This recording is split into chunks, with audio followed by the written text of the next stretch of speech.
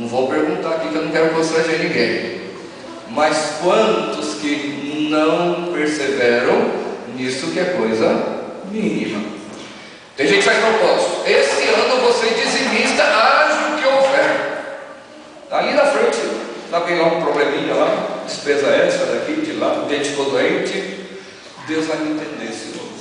Nem fala para Deus isso, né? Fala assim para a gente aqui: Deus vai me entender. Porque eu tenho coragem de falar para Deus, porque sabe que Deus não vai entender.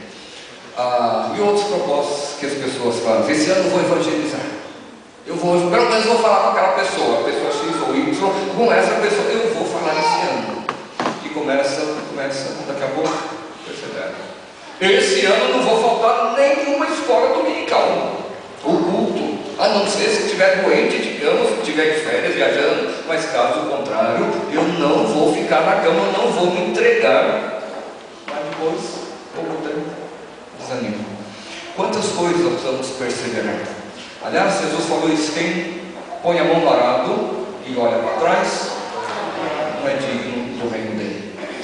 Veja, Deus quer pessoas que sejam assim, perseverantes. O desejo do pastor é esse também: crentes que perseveram. Perseveram na igreja também. A igreja tem problemas? Tem gente que acha mais fácil. Uma vez, acho que eu fiz uma pastoral, um estudo daí sobre isso, né? Quando o barco fura, o que algumas pessoas fazem? Em vez de ajudar a tampar o barco, em vez de ajudar a jogar água fora, faz o quê? Pula para outro barco é mais bonito, é maior, parece mais estável, né? Vão para lá e deixa os outros se percam, né? Aqui usar a expressão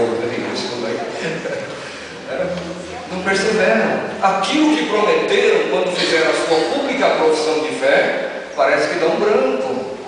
Aquilo que prometeram quando batizaram seus filhos, também parece que se esquecem, não perseveram.